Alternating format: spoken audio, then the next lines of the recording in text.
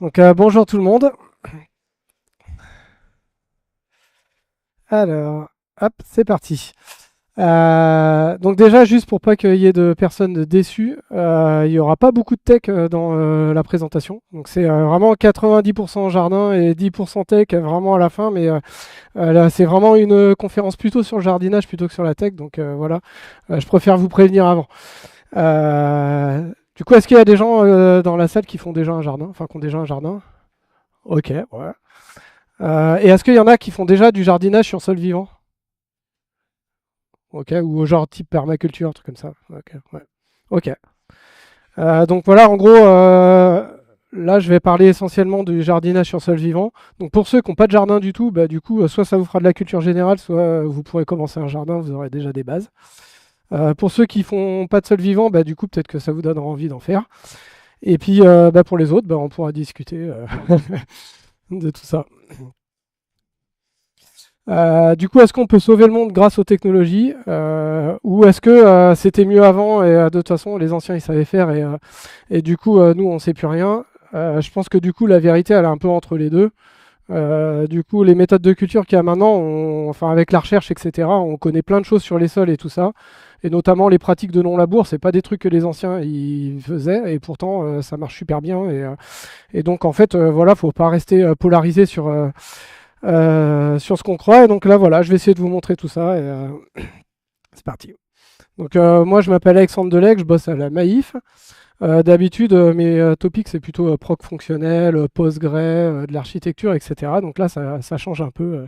C'est un peu rigolo de venir parler de jardin. Donc moi, j'ai un jardin, alors plutôt en mode feignasse, quoi.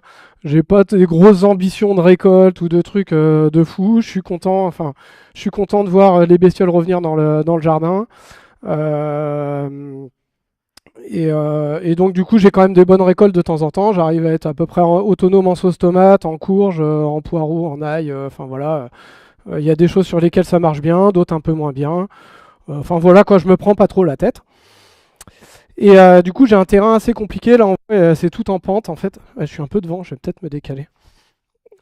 Du coup, ouais, c'est tout en pente, donc c'est un peu le bordel. Dès que je veux ramener de la paille, du broyat, je suis obligé de foutre ça dans des sacs, de tout porter. Enfin voilà, c'est super lourd. Et puis voilà, j'avais envie d'essayer de m'améliorer un peu en jardinage. Et donc, je suis une chaîne YouTube qui s'appelle Vers de Terre Production depuis des années. Donc en fait, c'est en gros un organisme de formation, mais qui font aussi de la recherche. Et ils sont un peu dans le mode, on va dire, un peu open source, où en gros, ils diffusent plein de choses dans leurs vidéos et tout. Et l'année dernière, ils ont mis en ligne, en gros, une formation maraîchage sol vivant qui est plutôt normalement à destination de maraîchers. Donc c'est genre l'équivalent de 3 ou 4 jours de formation. Donc ça fait je sais pas combien d'heures de vidéo, c'est un peu bourrin. Moi, je me suis dit, bon, allez hop, je vais regarder ça pendant les vacances. Ça va être cool à la place de regarder Netflix. Et donc je me suis lancé là-dedans. Et du coup, j'ai trouvé ça super intéressant. Et ça m'a donné des idées pour le jardin. Et donc, en fait, en gros, la présentation, c'est un peu le résumé de cette formation, en quelque sorte, sur le fonctionnement des sols, comment ça marche, etc. Et eux, comment dire, ils font des expérimentations, des trucs un peu novateurs, on va dire. Et ça nécessite de l'automatisation. Et donc, on va en parler à la fin. Avant de parler du coup de maraîchage sol vivant, de culture sur sol vivant, on va parler déjà du conventionnel pour montrer les problèmes que ça peut amener. Du coup, le conventionnel, ça s'appuie sur en gros deux grands trucs, le labour et les engrais. Donc en fait, le labour, c'est super pratique parce que ça permet d'enlever toutes les mauvaises herbes. Donc en général, ce qu'on se dit, c'est que les mauvaises herbes vont entrer en conflit avec notre culture. Donc du coup, c'est pas cool de les avoir. Donc en fait, en labourant, ça permet de tout dégager et puis on n'en parle plus. Et puis en même temps, ça structure le sol. Donc en fait, le sol, il va devenir il va être moins tassé, etc. Donc les racines vont mieux pouvoir rentrer dedans. Et puis du coup, en plus, on va rajouter des engrais pour que ça pousse. Alors le problème du labour, c'est que du coup, comme en gros le labour, c'est comme si on mixait le sol. Hein, en fait, une fois que c'est passé, il ne reste plus rien, quoi. Donc en gros, toute la vie du sol, elle dégage. Tous les bactéries, les champignons, les vers de terre, les micro-organismes, tout ça, du coup, il n'y a plus rien. Donc en fait, à chaque fois qu'on laboure, on remet à zéro, en gros, tout ce qui avait pu se développer durant une culture. Et un autre problème que ça a, c'est qu'en fait, le fait de labourer, en fait, on ramène de l'oxygène dans la terre, etc. Et ça accélère la minéralisation de l'humus. Donc en gros, toute la matière organique qu'il y avait dans le sol, bah, au fur et à mesure, elle disparaît parce que du coup, elle est minéralisée. Et donc en fait, on appauvrit le sol au fur et à mesure. Et du coup, ça amène des problèmes d'érosion. Donc en fait, il y a deux types d'érosion, les érosions hydriques et les érosions liées au vent. Donc en bas, par exemple, ça c'est une photo des États-Unis dans les années 30, où ils ont un gros problème qui s'appelait le Dust Bowl. En fait, ils ont tellement labouré les sols sur des sols qui n'étaient pas comme chez nous, des sols argileux, donc plutôt limoneux, qu'en fait, ça, bah, en gros, il n'y avait plus de structure, et dès que le vent y passait, bah, en fait, ça faisait des grosses tempêtes de poussière, etc. Donc ils ont dû interdire le labour dans certaines parties des États-Unis, quoi. Et chez nous, en fait, on n'a pas trop ces problèmes-là, parce que souvent on a des sols argileux, donc plutôt des sols un peu lourds, etc. Et donc nous, c'est plutôt de l'érosion hydrique qu'on a. Donc en fait, ce qui se passe, c'est que bah, en fait, le sol il se tasse en surface, ça fait une sorte de semelle. Quand il pleut, eh ben, en fait, la pluie, au lieu de rentrer dans le sol, elle ruisselle. En ruisselant, elle embarque tout, y compris des nitrates, y compris toute la matière organique et tout ça. Ça se retrouve dans les rivières, ça pollue les milieux aquatiques. Donc par exemple, les marées vertes en Bretagne, bah, c'est un peu le résultat de ce genre de choses-là. Donc voilà, ça, c'est aussi un problème. Et donc au fur et à mesure, bah, en fait, on appauvrit le truc et on tend vers le désert. Si on fait la même chose dans les jardins, bah, du coup c'est à plus petite échelle, mais grosso modo le résultat c'est à peu près le même. Et en fait, qu'on mette des engrais chimiques ou de la fiente du poule, du compost, etc., même si c'est des engrais bio, en fait, pour autant, le résultat sur le sol, en fait, il n'est pas forcément mieux, quoi. On n'aura pas mis de trucs de synthèse, mais voilà, c'est pas terrible. Et pour autant, quand on est dans la nature, si on arrête de toucher un truc, ça se met à pousser tout seul. Et on n'a pas besoin d'intervenir pour faire en sorte que les plantes elles poussent. Donc pourquoi on est obligé de se battre, de mettre des efforts comme des malades pour labourer son sol, tout ça, alors que ça pousse tout seul dans la nature? Et bah, du coup, c'est ce qu'on va essayer de comprendre. Comment ça marche tout ça? Donc en gros, le sol, il faut voir ça comme une sorte de giga estomac à ciel ouvert.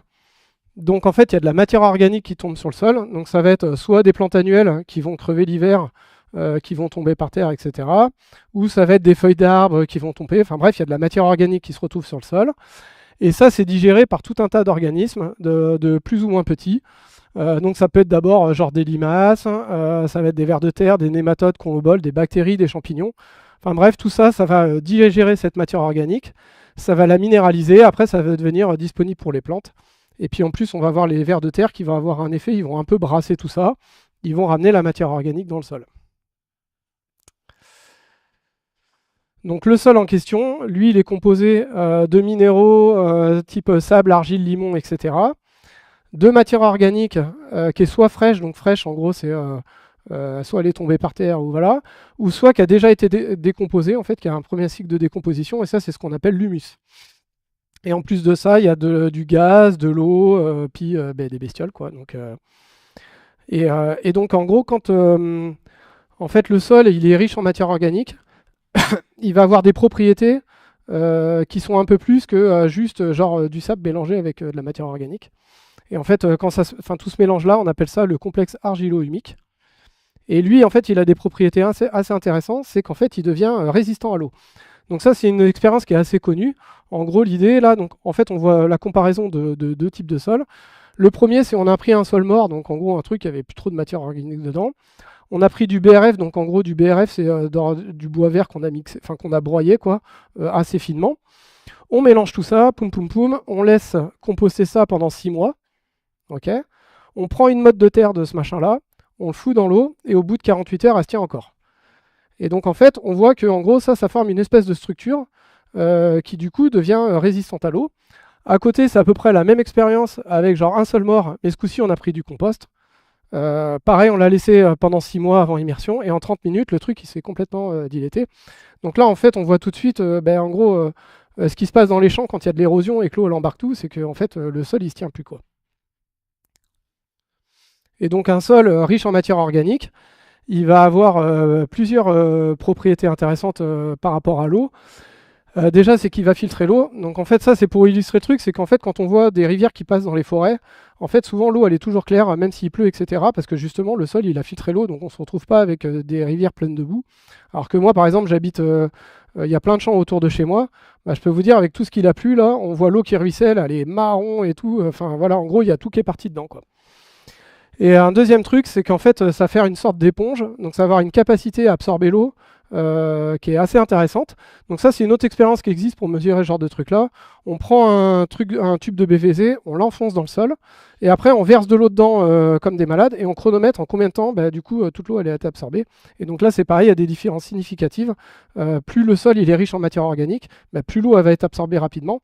Donc ce que ça veut dire, c'est que s'il y a un gros orage qui tombe là d'un coup, l'eau elle va être absorbée dans l'eau, elle va pas ruisseler, elle va pas se barrer.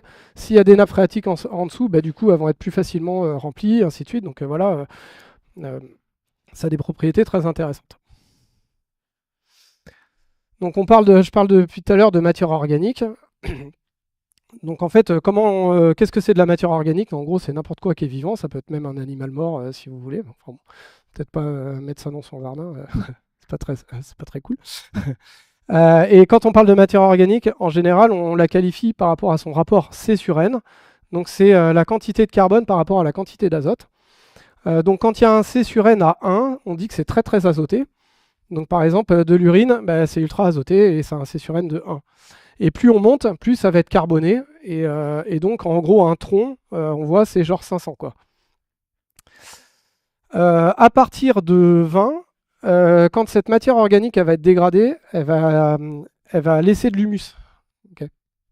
Donc ça, c'est plutôt à partir de 20 que ça va nous intéresser. En fait, en dessous, nous, dans notre contexte de sol vivant, ça va moins nous intéresser. Et après, là, en dessous, on voit les vitesses de dégradation.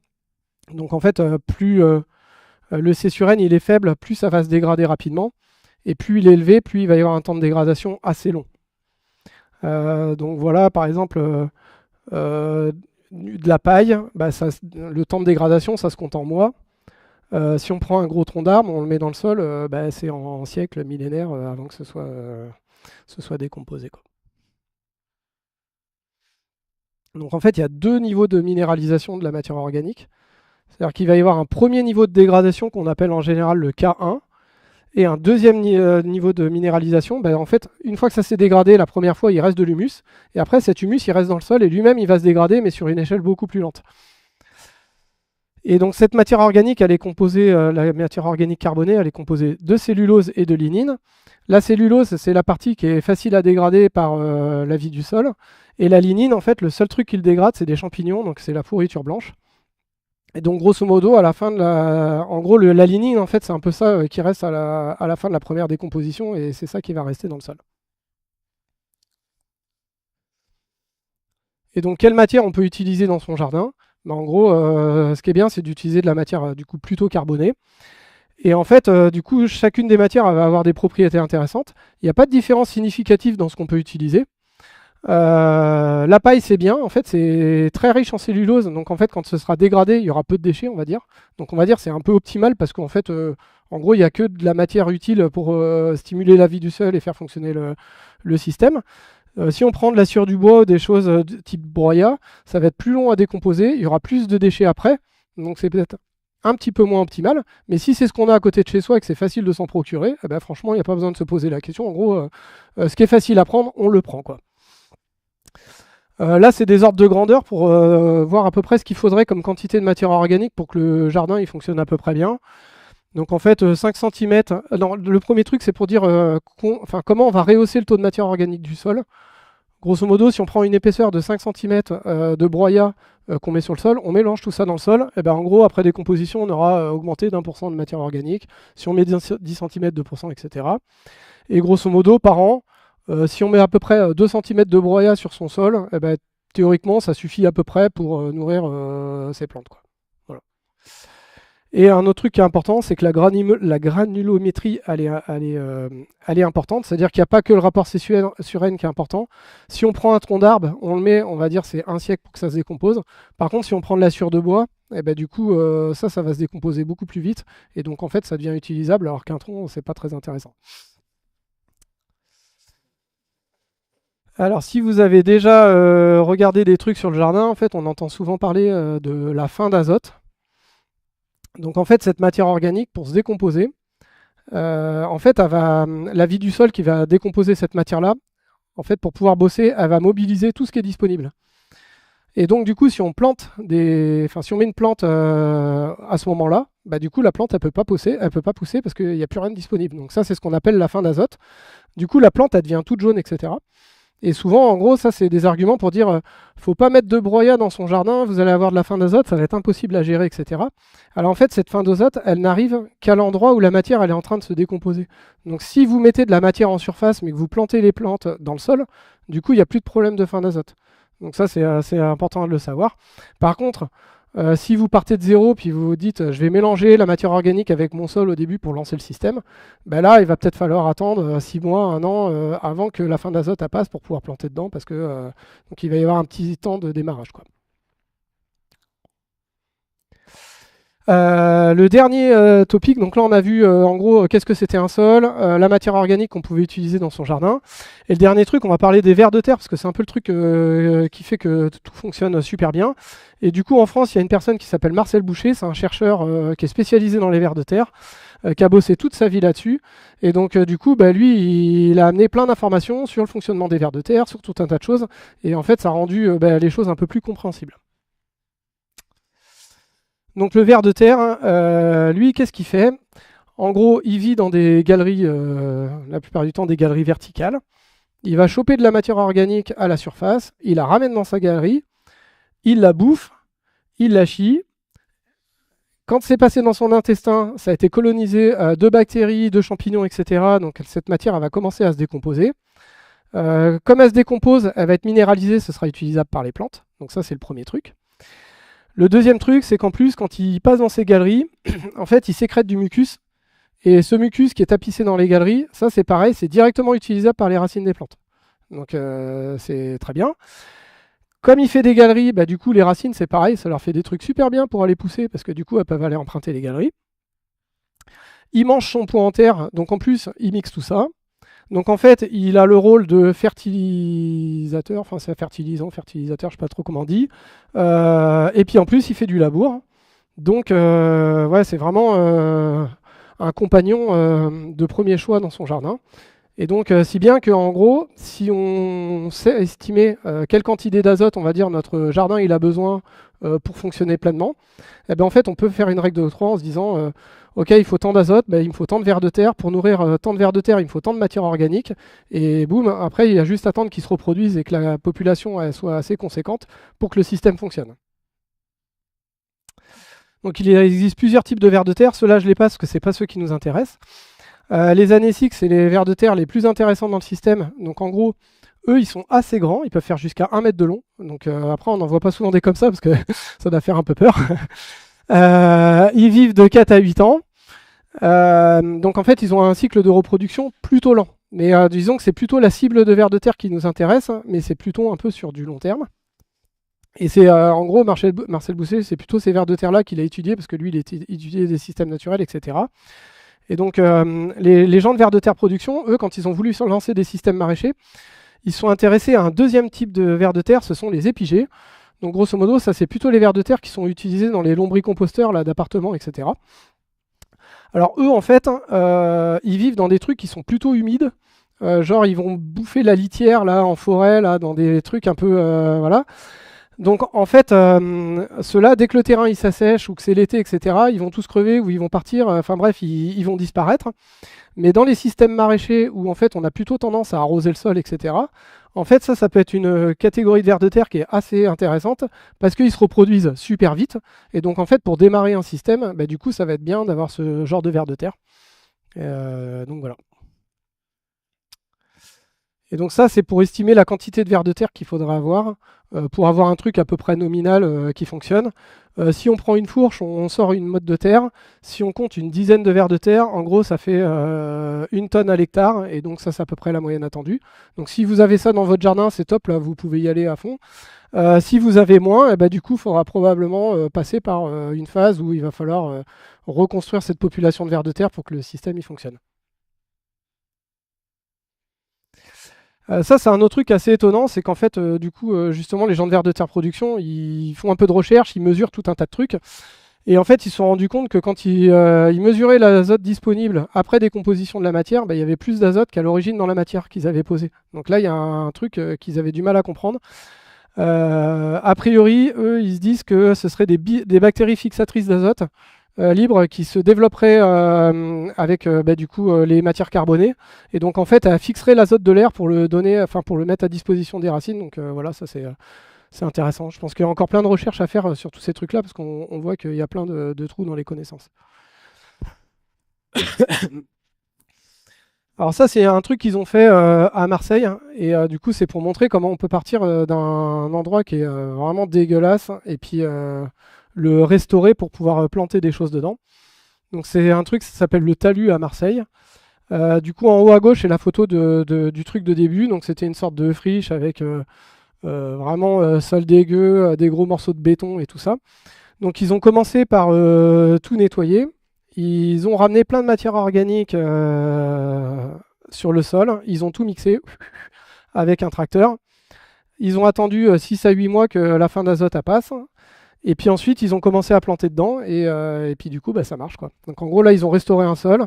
Et ils ont des résultats assez intéressants. A priori, ils avaient des salades avec des feuilles hyper épaisses, etc. Parce que du coup, bah, voilà, il y avait plein à manger. Et donc ça, c'est bien parce qu'en plus, ça se conserve longtemps. Donc ils bossent avec des restaurants. Quand on parle de jardin bleu, souvent on parle du compost, hein. Donc en fait, est-ce qu'il faut utiliser du compost ou pas? Le compost, ça peut être intéressant pour mettre un petit coup de boost si vous voulez. Du coup, c'est comme un engrais, quoi. Donc en gros, si vous voulez booster un peu vos plantes, c'est bien. Si vous voulez faire des semis, c'est bien. Par contre, ça n'a aucun intérêt sur la stimulation de la vie du sol, parce qu'en fait, le travail de décomposition, il est déjà fait. Donc en fait, en gros, c'est comme si vous mettiez directement de l'humus. Bon, en fait, ça sert à rien, quoi.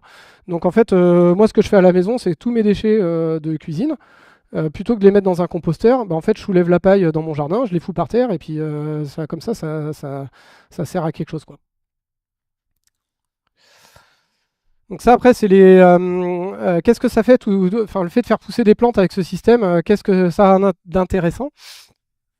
Alors, a priori, ça a un premier effet positif, c'est que ça limite tous les problèmes de maladies dans le sol. Alors après, moi, j'ai jamais eu ce genre de problème, mais a priori, il y en a qui en ont, notamment dans les grandes cultures un peu intensives, parce que je pense qu'ils ont tellement pompé dans le sol qu'en fait, au bout d'un moment, les trucs du sol, ils se retournent contre les plantes qui poussent, et donc du coup, ça pose des problèmes. Par contre, ça n'a aucun impact sur tout ce qui est à l'extérieur. On pourrait se dire les plantes, elles sont en meilleure santé, elles vont être résistantes au mildiou, aux ravageurs et tout ça. Bah non, en fait, ça change que dalle de ce point de vue-là. Donc là, il faudra trouver d'autres méthodes. Un truc qui est intéressant d'un point de vue, nous, consommateurs, c'est qu'en fait, ça augmente le taux de sucre dans les fruits et les légumes. Et en plus, la matière têche, à la fin, elle est plus importante. Donc, en gros, la matière têche, c'est on enlève toute l'eau qu'il y a dans un légume et on pèse combien ça fait. Donc en gros, entre une tomate d'Espagne et une tomate qui pousse comme ça, bah, du coup, c'est plus nutritif, il y a plus de choses à bouffer dedans, quoi. Et pour que ce soit juste une sensation de bien faire, etc., ils essayent de mesurer tout ça. Donc ils bossent avec une boîte qui s'appelle Sensi.io sur un truc qui s'appelle le Nutriscope. Et ça permet de mesurer en temps réel, bah, en gros, si les plantes elles sont bien nourries, qu'est-ce qu'on a dans la sève des plantes, etc. Donc voilà, ça permet de piloter les. Donc là, voilà, on a fini avec la partie un peu théorique, en gros, sur le fonctionnement du sol. Et là, maintenant, l'idée, c'est de vous présenter quelques systèmes de culture qui utilisent ces principes-là pour voir ce qui existe. Alors, le premier, c'est lui, je ne sais pas si vous avez entendu parler de ce bonhomme-là. En gros, en 75, il sort, donc c'est pas tout jeune, hein, il est mort. Du coup, il sort un livre qui s'appelle La révolution d'un seul brin de paille. Donc, en gros, c'est un japonais, donc lui, qui cultive du riz. Donc, lui, ce qui est intéressant, c'est qu'il a fait un système qui est auto-fertile, c'est que le truc fonctionne tout seul, hein, donc ça, c'est génial. Le principe, c'est qu'il a du trèfle vert, qui est une légumineuse et qui est assez intéressant d'un point de vue culture. Quand il va vouloir faire pousser son riz, bah, comme le trèfle est là, il va y avoir un peu bataille entre les deux. Donc en fait, il inonde la parcelle pour affaiblir le trèfle. Il jette des boulettes d'argile dans lesquelles il a mis ses graines de riz, donc il sème à la volée comme ça. Les boulettes d'argile elles vont protéger les graines, ça va empêcher que les oiseaux les bouffent et tout ça, puis ça va permettre de démarrer tranquillement. Son riz il pousse, il récolte, il laisse les pailles sur place. Du coup, les pailles elles vont se décomposer, ça va du coup nourrir le sol. Et après, il enchaîne avec une culture d'hiver type céréales, donc je sais plus si c'est de l'orge ou quoi. Et donc pareil, il jette des boulettes et ainsi de suite. Et en gros, en faisant comme ça, ben, en fait, il a un système qui fonctionne tout seul. Et donc du coup, il a amélioré son sol d'année en année, etc. Donc il faisait un peu la promotion de tout ça, donc c'est assez intéressant. Deuxième système, donc ça c'est un système qui est devenu très populaire aux États-Unis justement à cause des problèmes du Dust Bowl là, et donc en fait quand ils ont arrêté de labourer le sol, et donc en fait ça c'est plutôt pour des grandes cultures, et donc ça s'appelle l'agriculture de conservation. Donc là l'idée on va pas du tout labourer le sol. Généralement entre les cultures on fait pousser ce qu'on appelle des couverts, donc c'est des cultures qui ne servent pas à être récoltées en tant que telles, mais qui servent à être couchées pour nourrir le sol en fait.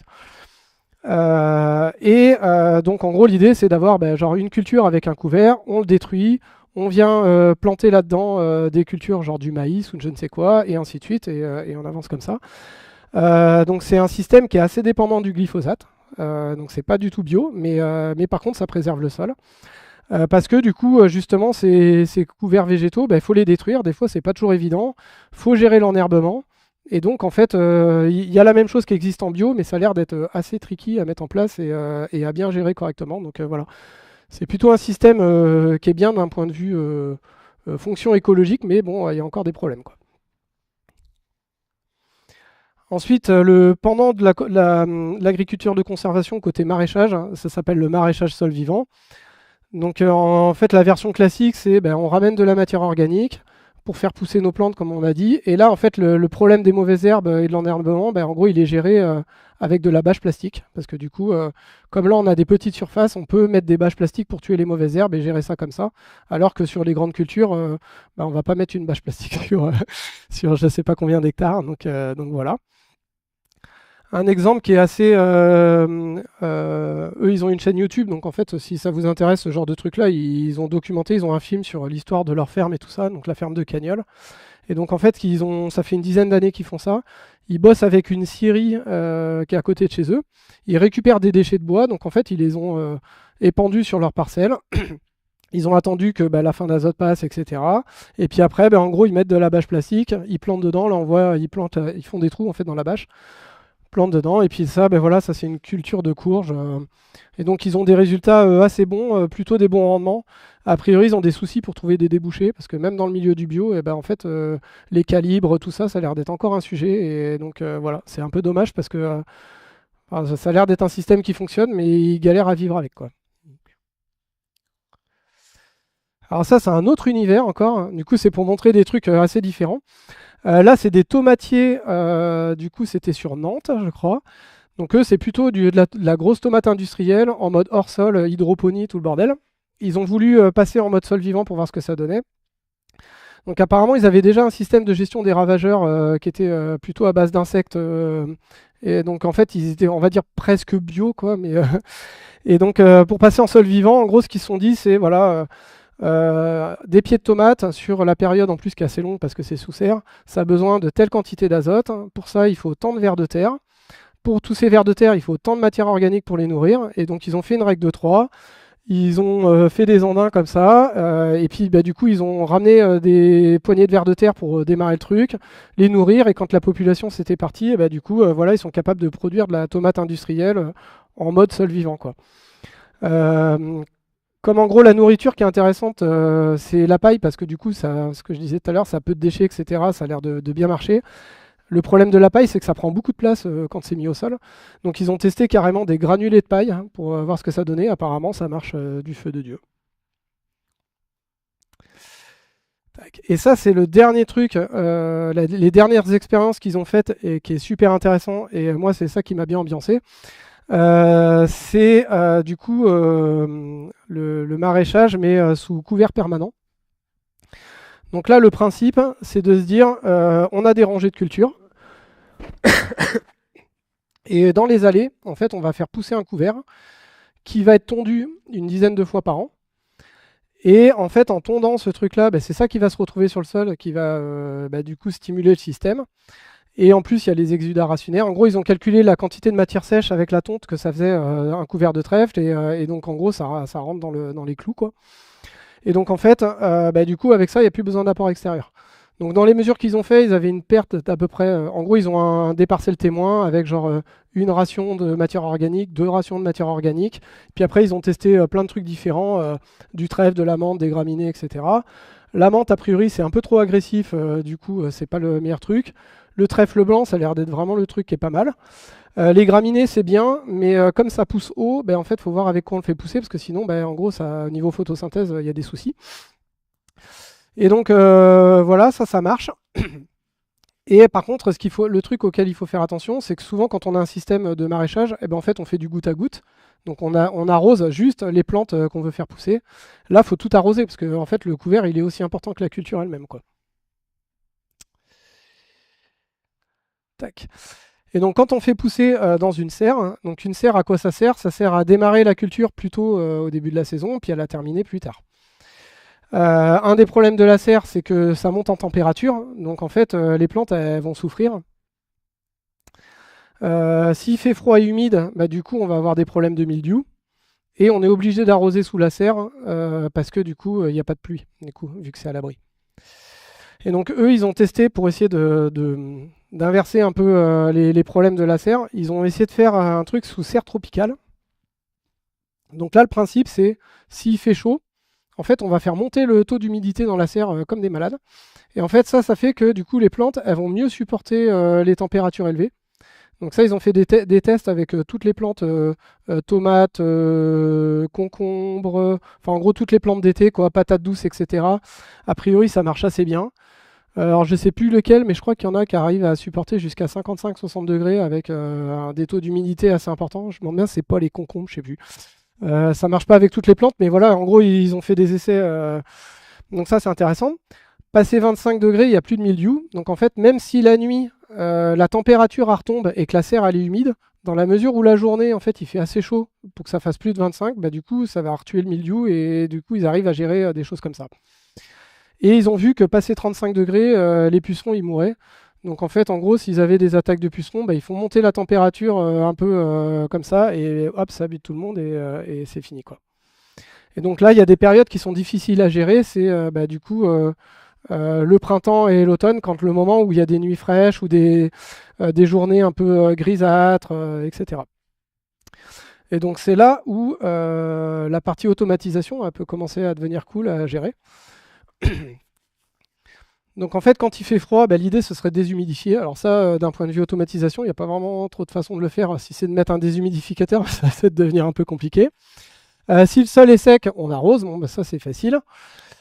S'il fait chaud, eh ben, on va essayer de faire monter le taux d'humidité de la serre. Donc ça, en gros, avec de l'aspersion, des brumisateurs, etc., on peut le faire. Qu'est-ce qu'il y avait d'autre? Si on a une serre qu'on peut automatiser, ben, on peut aussi ouvrir la serre pour gérer la température. Et du coup, si on a en plus, si on connaît un peu la météo, ben, on peut peut-être essayer d'anticiper des choses. Donc voilà. Donc eux, en fait, dans leur serre, ils ont déjà une partie d'automatisation comme ça qu'ils ont piloté. Ils remontent des mesures avec des petits Arduino, etc. Et moi, je me suis posé la question de comment je pouvais faire ça à la maison. Donc voilà. Donc c'est là où on arrive sur la partie domotique. Donc moi, je suis pas du tout calé en domotique à la base, hein. Donc en fait, j'ai commencé à me renseigner sur le sujet. A priori, il y avait un protocole qui est super utilisé en domotique qui s'appelle Zigbee. Donc en fait, c'est un protocole qui est fait pour qu'il y ait des objets qui puissent émettre des signaux radio et qui sont faits pour gérer des objets sur pile, donc du coup faible consommation. Voilà. Donc il y a pas mal d'objets connectés qui sont compatibles et du coup tous ces signaux, on peut les collecter avec un routeur et puis après faire des choses avec. Donc moi je me suis renseigné et donc à la fin de l'été, j'ai commencé à acheter du matos pour voir ce que je pouvais faire avec. Donc c'est encore en phase exploratoire, on va dire. J'ai acheté un routeur Zigbee, j'ai acheté un répéteur de signal parce que bah, du coup, comme le truc est dehors, il faut que ça puisse arriver jusque dans la maison. J'ai acheté une sonde d'humidité de température. J'ai trouvé une électrovanne qui fonctionne avec le protocole Zigbee. Donc ça permet de déclencher l'arrosage et de l'arrêter. Sonde d'humidité du sol, j'ai pas encore acheté parce que quand j'ai regardé les critiques, ça avait l'air d'être pas terrible. Donc j'essaierai peut-être d'en prendre une pour voir ce que ça donne, mais ça n'a pas l'air très fiable. Et puis là, j'ai mis Raspberry 3, mais en fait, j'ai commencé avec une Raspberry 2 que j'avais à la maison, en fait, que j'avais acheté à l'époque et puis que j'avais jamais utilisé. Donc je me suis dit, allez, c'est la bonne occasion d'essayer de tester ce qu'on peut faire avec. Et puis un système de brumisation, là, comme ça. Donc pour interagir avec ces objets connectés, il y a un logiciel qui s'appelle Zigbee to MQTT. Donc ça, c'est un logiciel qu'on installe. Et en gros, lui, il va dialoguer avec le routeur Zigbee. Et donc en fait, chaque objet va envoyer des métriques, etc. Et lui, il va capter ces informations-là. Et en fait, il va publier ça dans un broker MQTT. Donc en gros, c'est un broker de messages publish subscribe. Euh, et donc en fait, les objets, en fait, si on veut recevoir les infos des objets, ben, en gros, on s'abonne. Et si on veut interagir avec des objets pour les piloter, ben, du coup, on va envoyer quelque chose à l'inverse. Donc en gros, chaque objet va avoir un topic. Et puis après, ben, en gros, il suffit de s'abonner au topic de l'objet pour récupérer les métriques ou pour pouvoir interagir avec. Donc voilà, en gros, ça c'est le truc que je suis en train d'installer. Donc ça n'existe pas encore vraiment. En fait, là, ce que j'ai fait pour le moment, c'est j'ai testé à la fin de la saison l'arrosage, genre en mode piloté à distance sur mon jardin actuel. Et là, l'idée, c'est de mettre en place ce système-là. Donc en gros, j'ai une serre qui est arrivée qu'il faut que je monte. J'ai un système d'arrosage à mettre en place. Donc l'idée, c'est d'avoir des allées comme ça de 50 cm là, pour pouvoir, c'est la largeur, un peu plus de la largeur de la tondeuse pour pouvoir passer dedans et tondre mon trèfle. Des sondes qui remontent du coup à mon répéteur de signal, qui arrive sur l'antenne, le routeur Zigbee. Zigbee to MQTT, du coup, il pousse les messages dans un broker. Et puis après, du coup, comme c'était sur Raspberry, il fallait que j'ai développé une petite application et j'ai fait en Rust en me disant que j'essayais de limiter les ressources utilisées et tout ça, quoi. Et puis après, pour le stockage local, j'ai utilisé une base embarquée SQLite. Donc voilà, comme je vous l'ai dit, l'application elle capte les messages, elle persiste dans une base, ça expose des API d'admin qui permet du coup d'enregistrer les capteurs, de faire tout un tas de trucs. Et puis après, j'ai un front qui permet d'avoir un dashboard de restitution pour voir du coup les arrosages contournés, de capter d'avoir l'historique aussi des sondes de température pour voir comment ça évolue dans le temps, pour pouvoir savoir ce qui se passe. J'ai fait un petit mécanisme de job pour déclencher des actions et puis du coup j'ai un truc qui récupère de la météo sur Info Climat parce qu'ils ont une API publique. Je me suis bien fait chier. Franchement, je crois, enfin moi du coup j'ai pas mal d'expérience maintenant en Java et tout ça, donc en fait au boulot je galère pas trop, enfin j'ai jamais trop de galères. Ah là je suis revenu, ça m'a mis une bonne claque quoi. J'ai jamais autant galéré pour donc la cross compilation en fait Raspberry Pi 2 c'est en ARM V6, il y a rien qui marche dessus, enfin c'est l'horreur. Donc il y a une lib qui s'appelle Cross en fait qui fonctionne assez bien, mais du coup avant de la trouver j'ai mis du temps. Donc du coup j'ai réussi à compiler sur ARM V6. L'installation de Zigbee sous MQTT, du coup c'est un truc qui tourne sur Node. Alors manque de bol, c'était une version assez récente de Node, donc du coup ça marchait pas avec les versions de C qui étaient sur la Raspberry. Donc finalement j'ai craqué, j'ai mis Docker, là ça tourne, mais du coup c'est peut-être un peu plus gourmand. Donc j'ai réussi à avoir le truc qui fonctionnait sur ma Raspberry 2 et tout, mais sauf que c'était méga lent, inutilisable. Et puis après, il y a Quentin qui est dans la salle, il avait une Raspberry 3B qui lui servait pas, donc il me l'a filé et là ça marche. Du coup, j'ai pas mis Home Assistant parce que en fait c'était pas compatible sur un Raspberry 3. Mais là, en fait, à la maison, je vais avoir un système de chauffage qui va changer un peu domotisé, etc. Donc, en fait, je me suis acheté un petit ordi, je vais mettre Home Assistant, puis ça me fera une appli de moins à maintenir. Donc, en fait, ça finira à la poubelle, c'est pas très grave. Du coup, voilà, du coup, Home Assistant, c'est une sorte de logiciel qui permet de faire de la domotique, qui s'intègre avec tous les trucs possibles et inimaginables. Il y a des plugins dans tous les sens, on peut créer des automatisations, tout un tas de trucs. Donc voilà, ce sera peut-être plus simple d'utiliser ça. J'ai une vie de famille, j'ai pas spécialement envie de passer mon temps à maintenir une appli de jardinage. Déjà que je me plains d'avoir pas de temps pour jardiner, donc si c'est pour maintenir une appli à la place, ça sert pas à grand chose. Donc voilà, du coup, ça c'est le terrain. Donc je vous ai dit, moi mon terrain il est tout en pente, donc je me suis fait chier à faire un terrassement. Là c'est la photo que j'ai pris hier. Donc j'avais commencé à pousser du trèfle, finalement il y a tous les graminées qui sont mis à pousser, donc j'ai rebâché pour essayer d'avoir un truc un peu propre quand je démarre. Et puis voilà, maintenant là ça va être le moment de bosser parce que la saison elle va arriver là, donc voilà. Je ferai probablement un retour d'expérience peut-être l'année prochaine. J'avais déjà fait un article j'ai un blog en fait et du coup j'avais fait un article dessus sur tout ça. Donc voilà, je ferai la suite quoi. Voilà. Du coup, j'ai mis, je pense que je partagerai les slides, je sais pas trop, sur LinkedIn ou sur Blue Sky, etc. Du coup, j'ai mis les vidéos là de la formation s'il y a des gens qui ont du temps à perdre sur ce genre de trucs-là. Il y a la vidéo de la ferme de Cagnol et puis il y a la chaîne de Damien Descartes aussi là qui fait des trucs super cool sur la permaculture et tout ça. Donc voilà. Puis ça, c'est l'article que j'avais déjà fait. En gros, c'est la version résumée de tout ce que je viens de vous dire en version téléscriptée. Ben voilà, moi j'ai fini.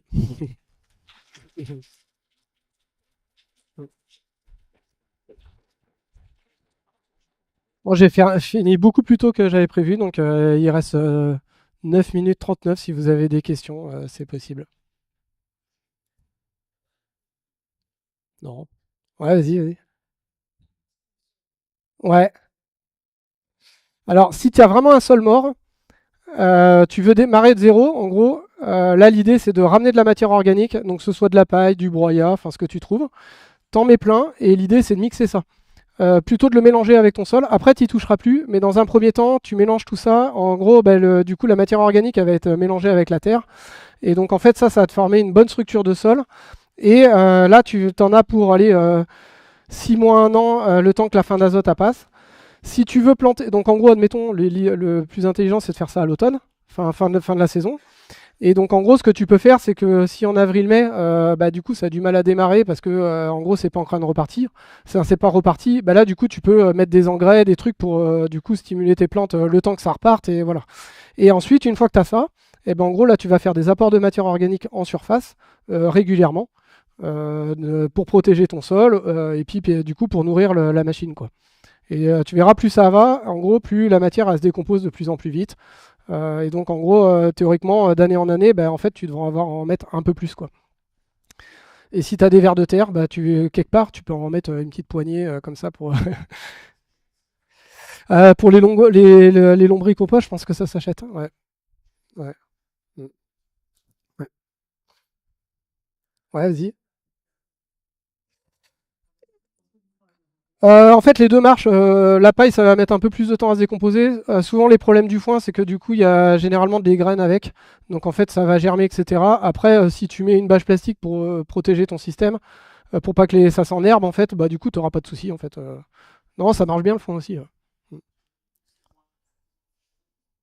Ah, bah, peut-être. Bah, après, c'est pareil, la fin d'azote, comme elle est que dans ta matière, si ton foin il est en surface et que tu plantes dans le sol, t'as pas de soucis, hein. Donc, ouais.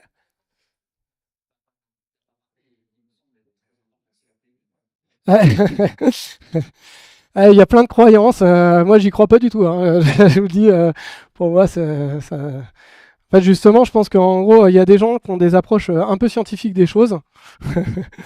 Il y a des gens qui ont des approches un peu scientifiques des choses, qui mesurent les choses, qui font de la biblio sur les papiers de recherche, sur tout un tas de choses et tout ça. Du coup, dans côté vers de terre production, ils auront peut-être des contenus des fois qui sont un peu border parce qu'ils diffusent plein de choses, mais il y a quand même des gens chez eux qui suivent pas mal la recherche et donc du coup, enfin voilà quoi, ça, c'est pas la pleine lune. Non, personne d'autre. Bon, ben je vais, vous pouvez aller prendre le goûter, c'est l'heure. Merci.